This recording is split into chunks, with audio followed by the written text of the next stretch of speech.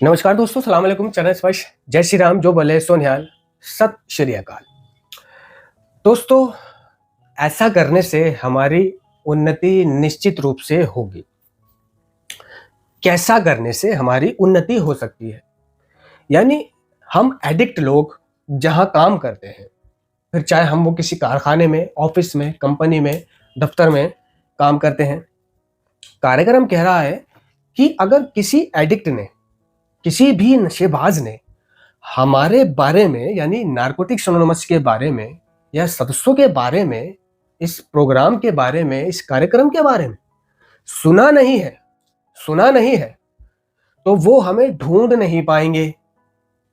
भाई ढूंढेंगे कैसे जब उन्हें पता ही नहीं है एनए क्या होती है, सुधार मीटिंग्स, है ना, परंपरा कदम, ये कहाँ होती है, ये क्या बला है, तो वो हमें ढूंढेंगे कैसे? ठीक है ना। अब दूसरी तरफ कार्यक्रम कह रहा है कि अपने प्रमुख उद्देश्य को आगे बढ़ाने के लिए हम ऐसा कर सकते हैं, बशर्ते अगर हम अपनी इज्जत बरकरार रखते हैं। अब हम कैसा कर सकते हैं? क्या इज्जत बरकरार रख सकते हैं? ठीक है ना। हमारी इज्जत यह है कि जहां हम काम करते हैं वहां अगर हम लोगों को ये बताते हैं कि हम नशेबाज थे, उन्हें तो हमें यही कहना पड़ेगा ना कि हम थे, उन्हें ये नहीं कहना कि हम हैं। ये है तो हमें अपने अंतर्मन में मानना पड़ेगा, अपने आप में कबूल करना पड़ेगा। ठीक है। जब हम किसी मीटिंग में शेयर करें, अपने जैसे एडिक्टों में बैठें, रिहैब में हो, तब हमें है कहना पड़ेगा।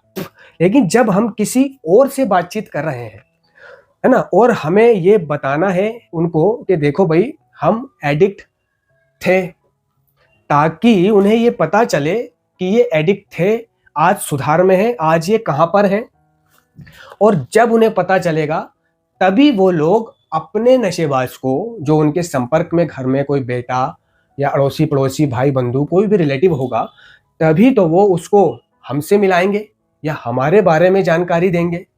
ठीक है। जब हम उनको अपने कलीगों के साथ बैठकर इस बात को बताएंगे। ठीक है ना। तो अगर हम ऐसा कर सकते हैं और अपनी इज्जत बरकरार रख सकते हैं, यानी ऐसा करने में, अपने आप को एडिक्ट के रूप में दिखाने में अगर हमें कोई शंका नहीं है कि कोई बात नहीं, इनको पता चल जाए मैं एडिक्ट था, हूं, या अब सुधार में आ गया हूं, या पहले नशा करता था, पहले मैं जेब कतरा था, उठाई गिरा था, चोर था, उचक्का था, जैसे कि मैं हूं, मुझे अपनी इज्जत या बेइज्जती की कोई परवाह नहीं है। मैं कहीं भी ये कह सकता हूं कि मैं एक एडिक्ट था, एडिक्ट हूं, एडिक्ट रहूंगा। मैं बुरैया था, बुरैया हूं, बुरैया रह सकता हूं। यानी कि मैं चौड़े में ये कह सकता हूं कि मैं नशेड़ी हूं। मुझे आज किसी से छुपाना नहीं है अपने आप को। ठीक है। मैं कह सकता हूं अपने आप को, दुनिया के सामने आके, स्टेज पर आकर कह सकता हूं कि मैं नशेबाज था, नशेबाज हूं, है ना। मतलब वहां तो मुझे था ही कहना पड़ेगा। तो अगर मेरे को कोई आपत्ति नहीं है, मुझे अपनी इज्जत की कोई परवाह नहीं है, तो मैं उनको, अपने साथ काम करने वाले लोगों को ये बता दूं कि भाई देखो मैं एक ऐसा व्यक्ति हूं। ठीक है। तभी तो उनको पता चलेगा। और उनके रिलेटिव में अगर कोई एडिक्ट होगा तो वो उस एडिक्ट को मेरे संपर्क में लाएंगे या फिर मुझसे पूछेंगे कि क्या किया जाए उसका। तभी मैं उनको ये राय दे सकता हूं कि अगर वो घर बैठे अपने विड्रॉल नहीं निकाल पा रहे, भाग जाते हैं, नशा कर लेते हैं, और वो उनको मीटिंग भेजो। ठीक है। अगर वो मीटिंग से भी नहीं रुक रहे हैं, ठीक है, फिर भी कर रहे हैं, तो फिर मैं उनको ये बोलूंगा कि इनको थोड़ा सा 15 दिन, महीने का एक डिटॉक्स कटवा दो किसी रिहेबिलिटेशन सेंटर में, या चलो 3 महीने का इसको ब्रेक दिलवा दो। वहां पर कुछ पता चल जाएगा, इसको सीखने को मिल जाएगा, इसकी बॉडी डिटॉक्सिफाई हो जाएगी, यानी विषहरण हो जाएगा इसके शरीर का।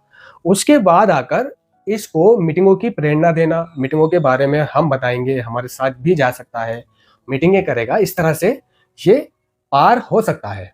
अब ये प्रमुख उद्देश्य क्या है? ठीक है ना। तो हमारा प्रमुख उद्देश्य है आज के दिन क्लीन रहना और रिकवरी के संदेश को आगे पहुंचाना। अगर हम किसी ऐसी जगह काम करते हैं जहां से हमें 12 महीने 24 घंटे कहीं और निकलने की फुर्सत ही नहीं मिलती, कहीं आने जाने की फुर्सत ही नहीं मिलती, कोई साल में होली पे, दिवाली पे, ईद पे, किसी त्योहार पर छुट्टी मिलती है 1 दिन की, 2 दिन की, तो उस छुट्टी में हम सिर्फ अपने घर चले जा सकते हैं, घर वालों से मिल सकते हैं, तो भाई एक दिन एक रात वगैरह वगैरह तो आने जाने में गुजर जाएगा, दूसरा दिन मिलने जुलने का हो जाएगा। तो ऐसे में हम कहाँ अपने प्रमुख उद्देश्यों को बढ़ाने जाएंगे? ऐसे में हम किससे शेयर करेंगे? ऐसे में हम क्या मीटिंग करेंगे?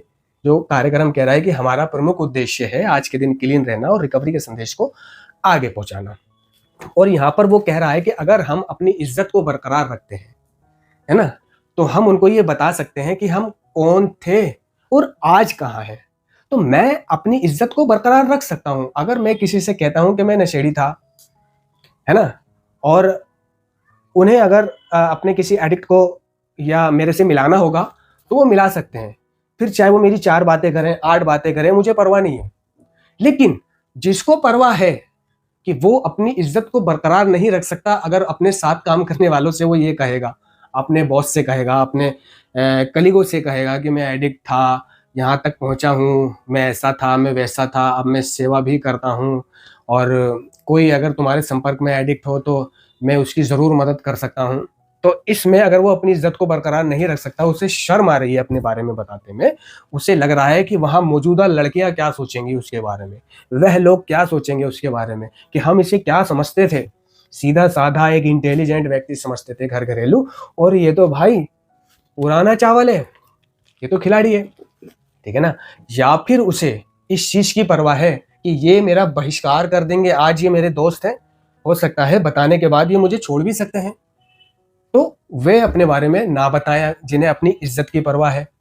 लड़कियां, उनकी सेटिंग जो वहां बनी हुई होगी, वो उन्हें छोड़ सकती हैं कि अबे चोर उचक्का जेब कतरा रह चुका है, ये मैं इसके साथ, मेरे घर वालों को पता चलेगा कि ये चेर उचक्का जेब कतरा रह चुका है तो क्या कहेंगे कि तेरे को एक जेब कतरा ही मिला था है प्यार करने के लिए, तो भाई वो भी मेरे को छोड़ सकती है, और न जाने कितने लोग मेरा बहिष्कार कर सकते हैं। और अगर वहां पर किसी कर्मचारी ने या किसी आने जाने वाले ने कोई छोटी मोटी चोरी कर ली, किसी का मोबाइल उठा के कोई ले गया, है ना, कुछ हो गया वहां पर, तो पहले तो क्या था, है ना, बस रिपोर्ट वगैरह होगी कि यहाँ से ये लैपटॉप गायब हो गया, एक दूसरे से पूछेंगे।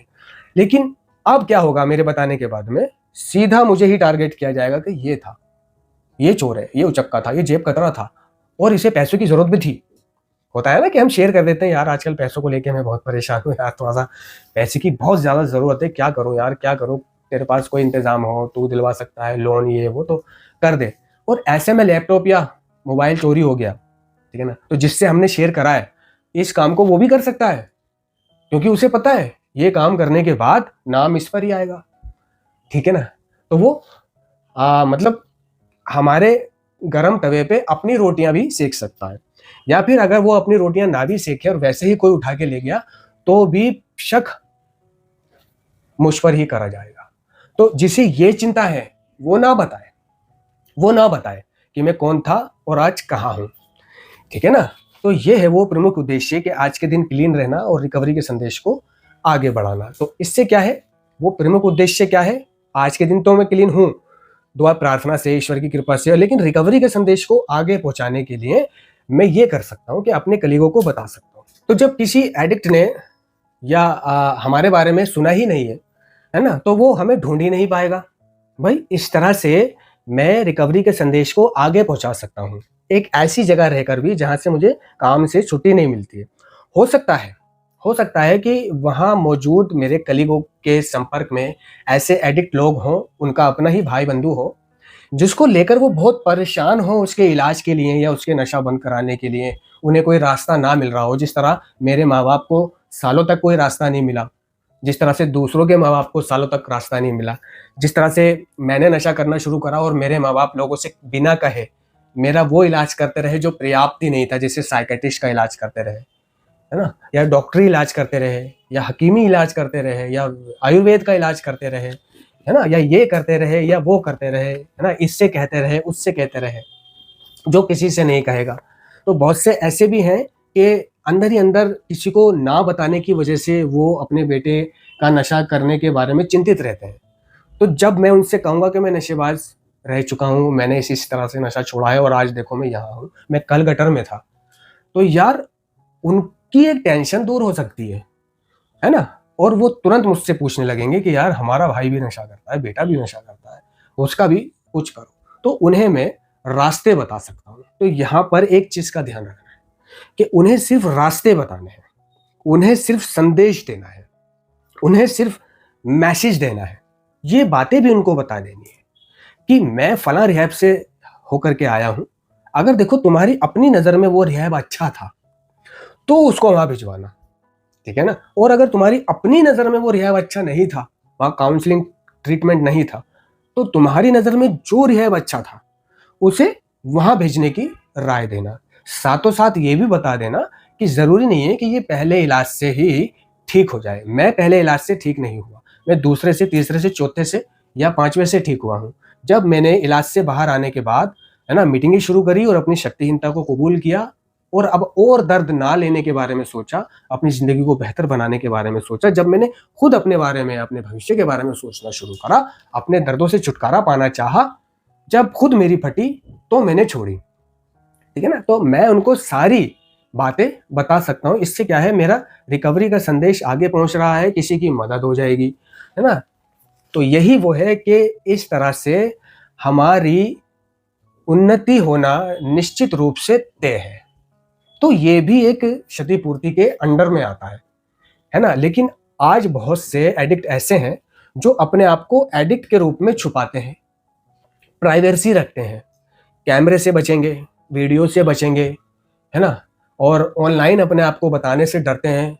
उन्होंने एक मुखौटा ओढ़ रखा है। बहुत सा ऐसा भी है कि उसकी बीवी को ये नहीं पता कि ये एडिक्ट है, था, ये अब मीटिंग जाता है, इसने नशा मुक्ति केंद्र भी काटा है, इसके दोस्त लोग कौन है, किसी की बीवी को ये नहीं पता, है ना, किसी के मतलब और समाज वालों को नहीं पता।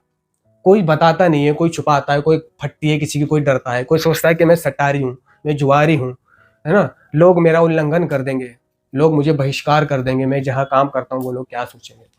तो अपनी अपनी प्राइवेसी है ना। लेकिन मैं अपनी प्राइवेसी को लेकर इतना चिंतित नहीं हूँ। तो मैं चौड़ा में बता सकता हूँ कि मैं एक नशेबाज था, हूँ और रहूँगा। मैंने यहाँ इलाज लिया, वहाँ इलाज लिया, मैंने ये खुद खाने करे, वो खुद खाने करे।